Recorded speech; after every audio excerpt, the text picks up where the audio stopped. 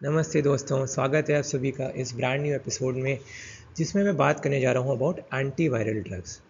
Before talking about antiviral drugs जरा virus की functioning थोड़ा समझने की कोशिश करते हैं होता क्या है।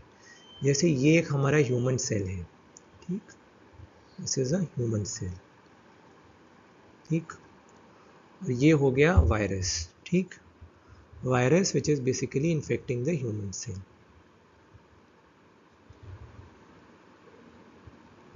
ठीक है। ऐसे होता है। तो अब इसमें जेनेटिक मटेरियल होता है, वो हर वायरस में होता है। किसी वायरस के अंदर का जो जेनेटिक मटेरियल होता है दिस इज़ आरएनए। किसी वायरस के अंदर जेनेटिक मटेरियल होता है जो कि होता है डीएनए, ठीक है। अब किसी वायरस के अंदर एक कवरिंग होती है न्यूक्लियोकैप्सिड की, ये कवरिंग हो गई न्यूक्लियोकैप्सिड की।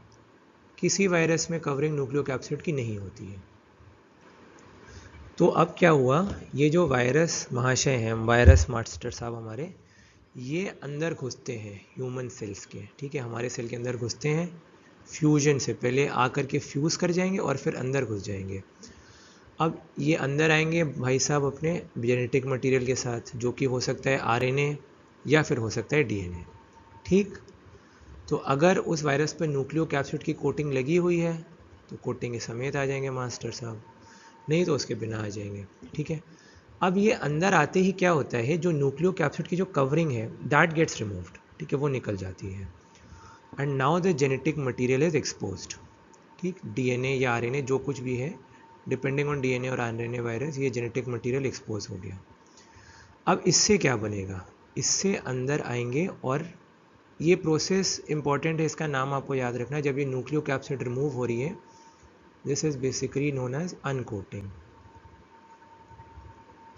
ठीक। अनकोटिंग से न्यूक्लियोकैप्सिड की कोट हट गई और अब जेनेटिक मटेरियल, अब वायरस एक्सप्लॉइट करता है हमारी मशीनरी को, मतलब हमारे एंजाइम्स को यूटिलाइज करके वो मल्टीप्लाई करेगा मस्ती से, मज़े से, कि बोले आहा ह्यूमन सेल के अंदर मज़े से आ गया, अब तो मज़े से मस्ती से मल्टीप्लाई करेंगे, ठीक है। तो क्या करता है, सबसे पहले ये प्रोटीन की सिंथेसिस शुरू करता है।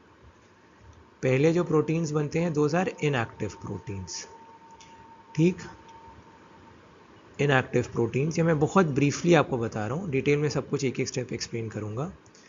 ये कन्वर्ट हो जाते हैं इनटू एक्टिव प्रोटीन्स, और एक बार एक्टिव प्रोटीन्स बन गए तो फिर क्या होता है, ये जो मास्टर साहब हैं हमारे वायरस महाशय, ये बिल्कुल ऐसा ही वायरस सेल के अंदर बन जाता है, बिल्कुल सेम टू सेम। मतलब जैसा मैंने यहाँ पे बनाया था ऐसा वायरस आपका एकदम एग्जैक्टली असेंबल हो जाता है इस सब के साथ, और फिर ये बाहर निकल करके दूसरे सेल्स को इन्फेक्ट करता है। That is how the virus acts, ठीक है। आई होप आपको ये सब कुछ क्लियर हो गया होगा। अब अगले एपिसोड में और थोड़ा सा डिटेल में बताऊंगा एंटीवायरल ड्रग्स के बारे में। तब तक के लिए Karan Kumar signing off, bye bye.